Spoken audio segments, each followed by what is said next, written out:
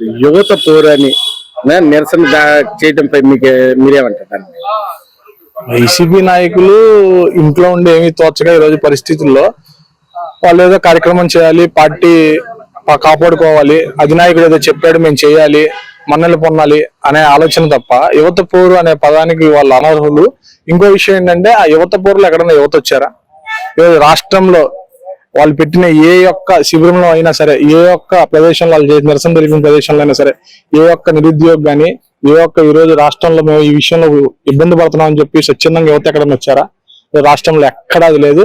కేవలం ఈ రోజు వీళ్ళకి ఏమీ తోచగా ఇంట్లో కూర్చోలేక జగన్మోహన్ రెడ్డి ఆఫీస్ లో కూర్చుంటే తిడతాడనే భయంతో రోడ్డుపైకి వచ్చి ఈరోజు యువత పోరు వంకాయ మాటలు చెప్తున్నారు తప్ప ఈ రోజు రాష్ట్రంలో యువత అంతా కూడా చాలా ఆనందంగా ఉన్నారు. యువత ఈ రోజు వారికి కావాల్సిన ఉద్యోగాలు అనేక రంగాలు, ఈ రోజు రాష్ట్రంలో అనేక రంగాల ఉద్యోగాలు ఈ రోజు రాష్ట్రానికి వస్తుంటే అవి ఎలా తెచ్చుకోవాలనే ఆలోచనతో ఈరోజు యువత నూతనమైన ఏఐ లాంటి టెక్నాలజీస్ గురించి వాటి గురించి ఆలోచిస్తూ పోటీ పడుతున్నారు తప్ప యువత పోరు ఈ వంకాయ మాటలు లేని పరిస్థితులు రాష్ట్ర యువత లేదు. యువతకి ఎటువంటి హామీలు ఇవ్వలేదు, వస్తారని చెప్పి ఎన్నికల్లో ఇదని మాట్లాడుతున్నారు. దాని మీద యువతకి హామీలు ఇవ్వకపోవడం అండి. ఈ రోజు రాష్ట్రంలో ఈ రాష్ట్రానికి ఈ రోజు విద్యాశాఖ మంత్రి అయినా, ఐటీ శాఖ మంత్రి అయినా, ఈ రాష్ట్రానికి ఒక యువ నాయకుడు రాష్ట్ర వ్యాప్తంగా యువగలం అనే పాదయాత్రతో యువతతో మమేకమై రాష్ట్రంలో అన్ని వేల కిలోమీటర్లు తిరిగి యువతతో కలిసి యువతకి ఏమి కావాలో చూసి ఈరోజు యువత ఎక్కడ నష్టపోతున్నారని చెప్పి ఆ యువత నష్టపోయే విధానాన్ని రాష్ట్రంలో ఫస్ట్ టైం అదేగా చెప్పింది. ఈరోజు డ్రగ్స్ వద్దు, గంజాయి వద్దనే కదా ఫస్ట్ ఈ రోజు పాలసీ తీసుకొని ఈ రోజు ఆ పాలసీని ఎంతో ఇంప్లిమెంట్ చేసి ఎంతో మందిని ఈ రోజు కౌన్సిలింగ్ తీసుకొని వాళ్ళందరినీ కూడా మళ్ళీ ఏదైతే మత్తుకి బానిసలు లేరో వాళ్ళందరినీ కూడా వెనక్కి తీసుకొచ్చి ఈ రోజు యువతని సక్రమైన దారిలో పెట్టడానికే కదా ఈ రోజు యువగలం కర్త ఈరోజు యువ నాయకుడు నారా లోకేష్ గారు ఆలోచిస్తున్నారు. ఈరోజు రాష్ట్రంలో యువతకి ఏం కావాలో, యువతకి ఏమి ఇస్తే బాగుంటుంది అన్ని కూడా ఈ రోజు రాష్ట్ర ప్రభుత్వం ఆలోచిస్తా ఉంది.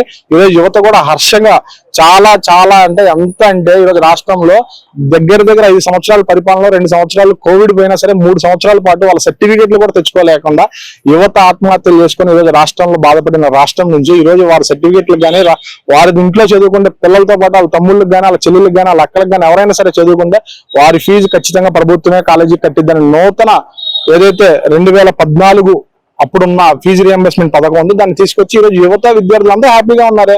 వాళ్ళు ప్రశాంతం కాలేజీకి వెళ్తున్నారు. నిన్న తెలుగు ఖాతాలో తెలుగు వందనం డబ్బులు పడినాయి కదా, అది కూడా ఒక ఎగ్జాంపులే కదా, కనపడలేదు కదా ఎవరికి. ఇప్పుడు కొత్తగా మీకు ఏది తోచలేదు కాబట్టి కొత్తగా మళ్ళీ యువత పోరని రోడ్డుపైకి వచ్చారు. ఈ 4 రోజులు ముచ్చగా మళ్ళీ ఇంకోటి తీసుకొని వస్తారు. ఇంకో కొత్త సేవ దొరికేదాకా ఏదో ఒకటి నడుపుతా ఉంటారు ఇక్కడ. అంటే అసలు జగన్మోహన్ రెడ్డి ఒక మాట అంటున్నారు, ఈ యువతను అసలు నిరుద్యోగం చేశారు, కంపెనీలు కూడా రాకుండా చేస్తున్నారు, డ్రగ్స్ ల్యాండ్ ఆర్డర్ కూడా సరిగ్గా లేదు, అది ఇదని జగన్మోహన్ రెడ్డి ఆయన చెప్పింది నిజమే. ఆయన పరిపాలన అంతా ఉంది, ఆయన ఇంకా అక్కడే ఉండిపోయాడు. ఆయన పరిపాలనలో రాష్ట్రానికి ఏదైనా పరిశ్రమ వచ్చిందా? ఆయన పరిపాలనలో రాష్ట్రంలో గంజాయి తప్ప ఇంకోటి దొరికిందా? ఆయన పరిపాలనలో యువత ఇళ్లలో పడుకొని చచ్చిపోవడం తప్ప ఇంకోటి ఏమైనా జరిగిందా? ఆయన చెప్పింది కరెక్ట్. ఆయన పరిపాలనలో ఎన్ని జరిగినాయి. ఈ రోజు పరిపాలన మారింది కాబట్టి ఆయన తెలుసుకోలేకపోతున్నాడు. ఇంకా ఆయన పరిపాలన జరుగుతుంది అనుకుంటా ఉన్నాడు. ఇంకా ఆయన రోడ్లపైకి వచ్చి చూసేంత టైం లేదు. ఆయన కేవలం పేటీఎం మ్యాచింగ్ పెట్టుకొని రోడ్లపైకి వచ్చి శవరాజకీయాలకి టైం కేటాయిస్తున్నాడు తప్ప రాష్ట్రంలో ఎక్కడ కూడా న్యాయంగా యువతకి విద్యార్థులు జరుగుతున్న సక్రమైన ఫలితాలని జగన్మోహన్ రెడ్డి ఇంకా కళ్ళు తెరిచి చూడట్లేదు. ఇంకా అదే పిచ్చిలోకంలో ఉన్నాడు, అదే పిచ్చిలోకంలో పోతాడు.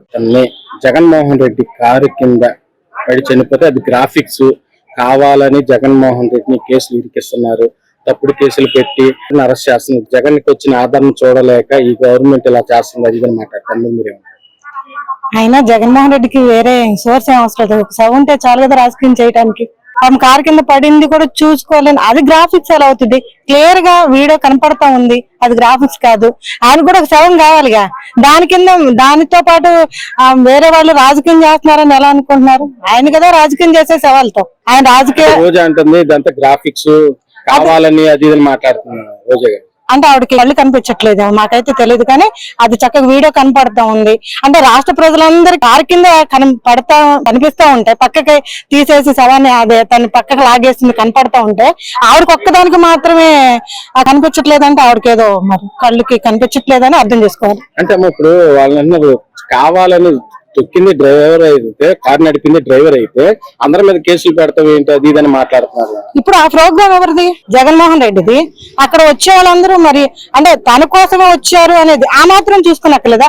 అంటే పొలం పైన చూస్తే అలాగా కారు కింద పడేది కూడా సోయ లేకుండా అంత చేస్తే అది అది ఎవరో ఇప్పుడు వెళ్ళిపోతా ఉంటే డ్రైవర్ యాక్సిడెంట్ చేశారంటే అది ఓకే, డ్రైవర్ మీద పెట్టేద్దాం. ప్రోగ్రామ్ ఎవరిది? జగన్మోహన్ రెడ్డిది. అలాంటి అది ఎవరి మీద? డ్రైవర్ మీద పెడదామా? కాదు కదా. రాంబాబు అన్నాడు చచ్చిపోయిన మా కార్యకర్త అది ఇది అని. కార్యకర్త అది కార్యకర్తని చంపేశారని అర్థమేగా.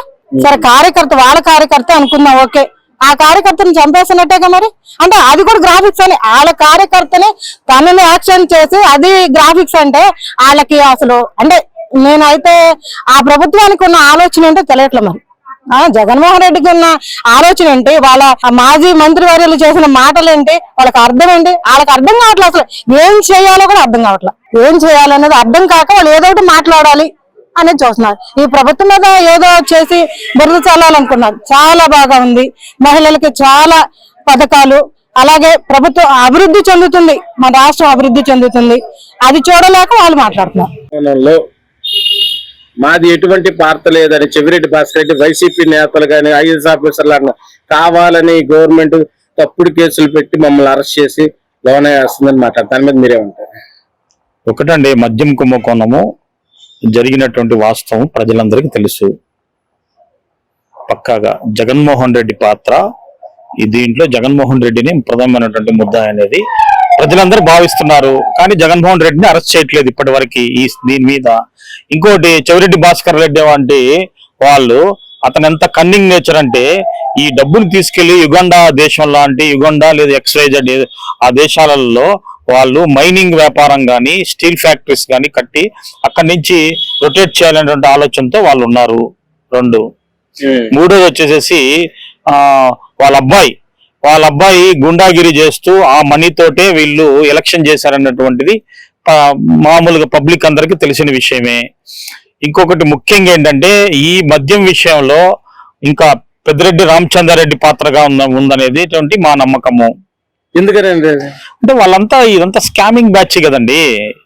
ఎవరినన్నా గానీ ఏదో ఒకటి చేసి హింసకు గురి చేసి వాళ్ళు బాగుపడాలనేటువంటి ఆలోచనతో వాళ్ళు ఖచ్చితంగా ఉన్నారు. అంటే అసలు ఏమీ లేదు, జగన్మోహన్ కావాలని అందరిని అరెస్ట్ జగన్మోహన్ రెడ్డి మాట్లాడుతున్నారు కదా.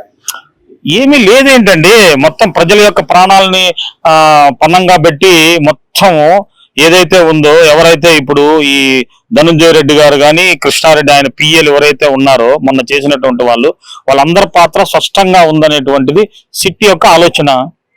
అంటే అసలు వాళ్ళు చెప్తున్నారు జగన్మోహన్ రెడ్డి సేమ్ అసలు లేదు కావాలని చెప్తున్నాడు, మీడియా ముందు మాట్లాడుతున్నారుగా.